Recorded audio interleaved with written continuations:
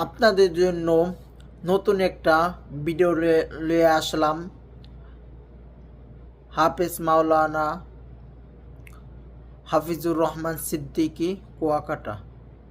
দেখুন এই ভিডিওটা, সবাই শুনে যাবেন আর কমেন্ট করে যাবেন কেমন হয়েছে, আর আমার চ্যানেলটা সাবস্ক্রাইব করে যাবেন।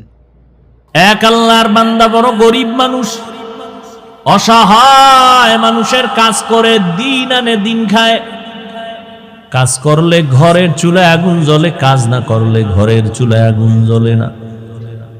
ওই আল্লাহর বান্দা প্রতিদিন কাজ করে সন্ধ্যাবেলা টাকা নিয়ে বাজারে যায়, কিছু বাজার করে ঘরে আসে, কোন রকম সংসার চালায়। আজ বাজারে গিয়ে একটা আওয়াজ শুনি, আমার আল্লাহর কালাম পাওয়া যায়, আল্লাহর কোরআন পাওয়া যায়।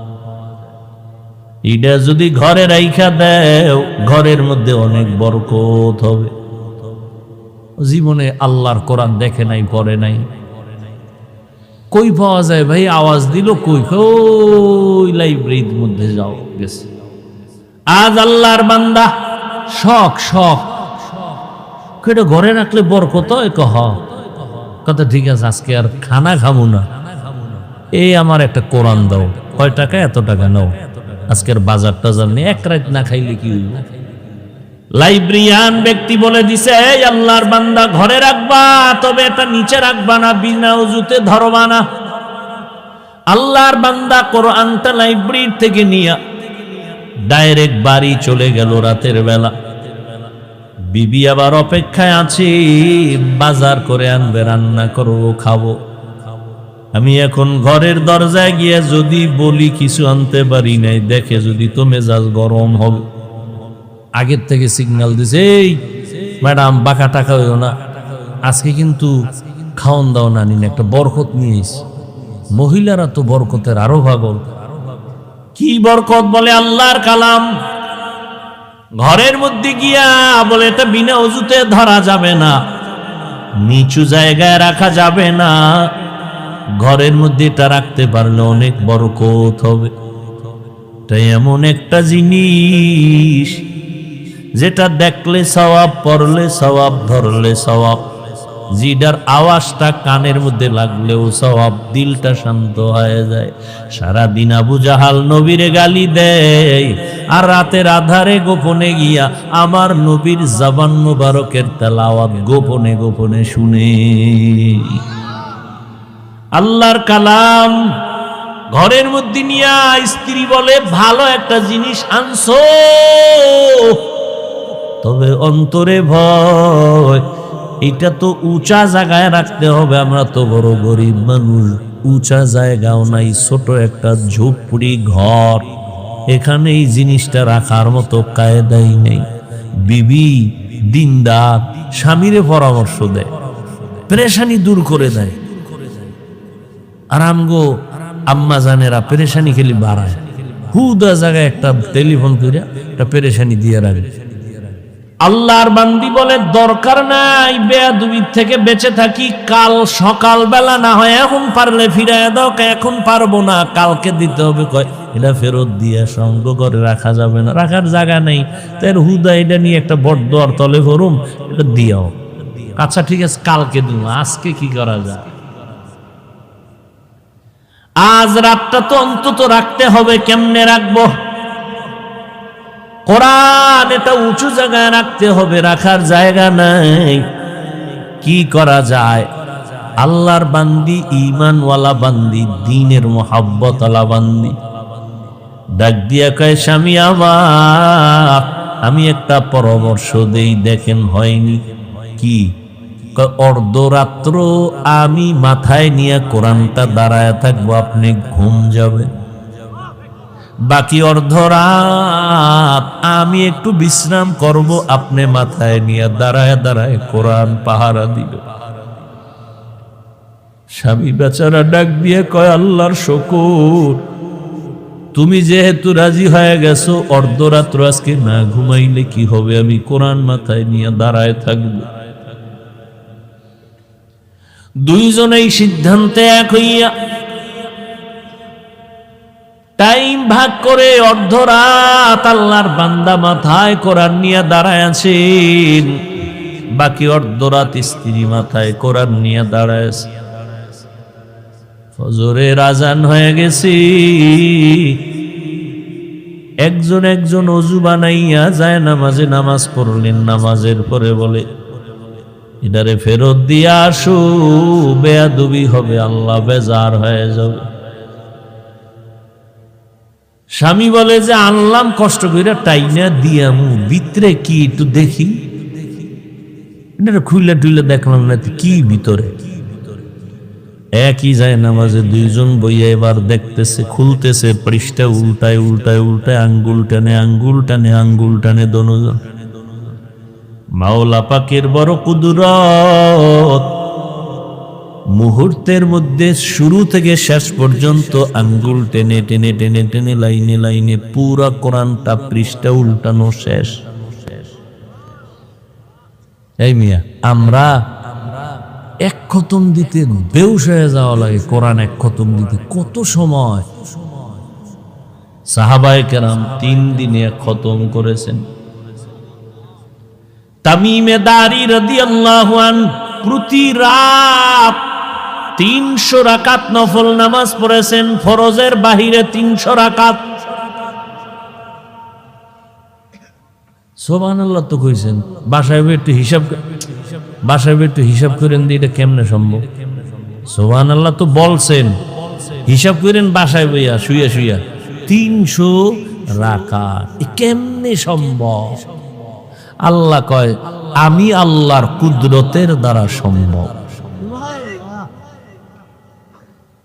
সময়ের মধ্যে আমি বরকত দেই, সময়ের বরকত এটা ধরা যায় না, বুঝার জিনিস, অনুভব করার জিনিস। এটা ক্যালকুলেটর কম্পিউটারে হিসাব মিলবে না। দোনোজন আল্লাহর কোরআন আঙ্গুল দিয়ে টানলেন। এইবার বলে, ও বিবি কিছু বুঝছো নি?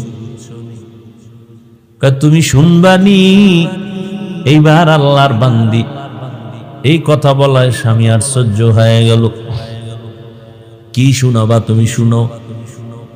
এবার আল্লাহর বান্দি মুহাব্বতের সাথে শুনাইতেছে কোরআন তেলাওয়াত করে।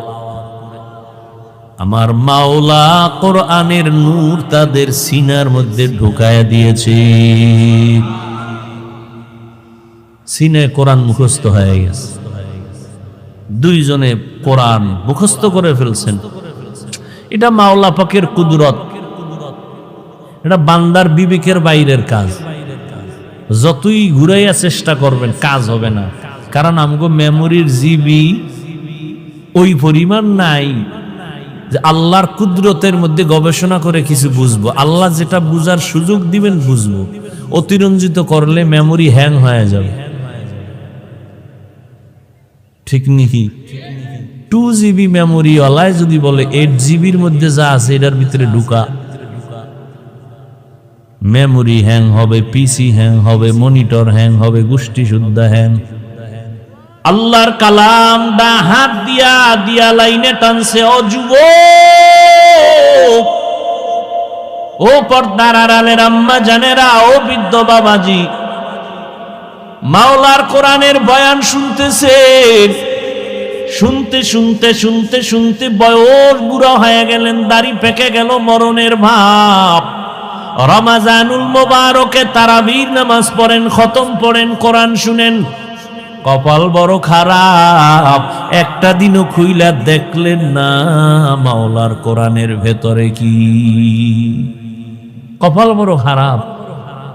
সেই ছোটবেলা থেকে কোরআন কোরআন শুনতেছেন, বয়ান শুনতেছেন, কোরআন তেলাওয়াত একটা দিন দেখলেন না যে দেহি তো ভিতরে কি আছে। এত সুন্দর কিতাব, যেটা এত বরকত, এত সওয়াব, দেখলে সওয়াব, শুনলে সওয়াব, পড়লে সওয়াব, ধরলে সওয়াব। একদল আল্লাহর বান্দা টুপিওয়ালারা বলে কোরআনের অর্থ না জেনে পড়লে লাভ নাই, এরা ধোঁকাবাজ, এরা বাতিল। বরং রমজানে পড়বেন আরো বেশি সওয়াব। রমজানে আল্লাহর সেই পবিত্র কালাম মহাগ্রন্থ আল কুরআন, কি মহিমা এ মাসেই হয়েছে তারা আগমন। আল্লাহর সেই পবিত্র কালাম মহাগ্রন্থ আল কুরআন, কি মহিমা এ মাসেই হয়েছে তারা আগমন। এক নেকে শতুর রহমান, দেন ফরজ দেন নফল ফরজ সমান। রহমত বরকত নাজাতের মাস, জ্বালাও আমলের বাতি। ভুলবো না ভোলা যায় নাকি মাহে রমজানের স্মৃতি। ভুলবো না ভোলা যায় নাকি মাহে রমজানের স্মৃতি। এ মাসের কত ফাজিলত জানো কি মুসলিম জাতি। ভুলবো না ভোলা যায় নাকি মাহে রমজানের স্মৃতি। ভুলবো না ভোলা যায় নাকি মাহে রমজানের স্মৃতি। ঘুম আসতেছে আপনার? এরে যুবক আল্লাহর গোলাম, জীবনে সব কামাই করলি, মাওলার কাছে কি নিয়ে যাবি? আল্লাহ যদি জিগায় তোর সব মাপ, তুই জীবনে যত আকাম করছো সব মাপ, খালি একটা ভালো কাজের কথা ক, যেটার ধৈরেই আমি তোর জান্নাত দেব। একটা আছে? কি মাস্তান হইয়া বয়ে দিস, হুজুর মুজুর এটি কোনো পছন্দই হয় না। একটা আমল যদি আল্লাহ জিজ্ঞেস করে বান্দা বল, একটা আমল দেখা, হাদিসে পাকে নবী বলেন কিচ্ছু নেই। বান্দার আল্লাহ দেখবে, দেখ বান্দার নামটা নবীদের সাথে মিল আছে।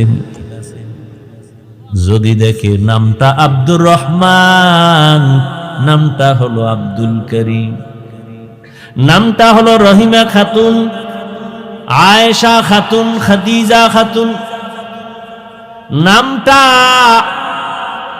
সুন্দর, নবীদের সাথে কোরআনের সাথে মিল, রাসূলের সহিহ হাদিস, আল্লাহ শেষবারে বলবে এই নামের বরকতে যাও, আমি তোমারে জান্নাত দিয়া দিলাম। নাম রাখছে সেন্টু, হৃদয়, বৃষ্টি, নদী, সাগর, সবুজ, গম্বুজ। সারা দুনিয়ার বেঈমানের বাড়ি ঘুরো, আব্দুর রহমান নামের একটা ছেলে পাবেন, পাবেন। সারা দুনিয়ার বিধর্মীদের বাড়ি বাড়ি ঘুরো, রহিমা নামে একটা মেয়ে পাবা। আসতে কেন পাবেন? কপাল এত খারাপ কেন আমাদের? আমরা এতটা ছোট মনের মানুষ কেন যে আমগো ঘরে ঘরে ঘরে ঘরে বেঈমানের পাতানো নাম, ঘরে ঘরে বেঈমানের নাম। একজনের নাম রাখছে বিপদ, সন্তানের নাম বিপদ, ডাক দিছে বিপদ। পিছনে একজনের তাকে, ভাই কি বিপদ? কেন? আমার সন্তানের নাম বিপদ। আমার তো ভাই মহা বিপদ শুরু হয়ে গেছে। আহা, قال النبي صلى الله عليه وآله وسلم من ولد له ولد فليحسن اسمه وأدبه فإذا بلغ فليزوجه فإن بلغ ولم يزوج فأصاب اسما فإنما اسمه على أبيه।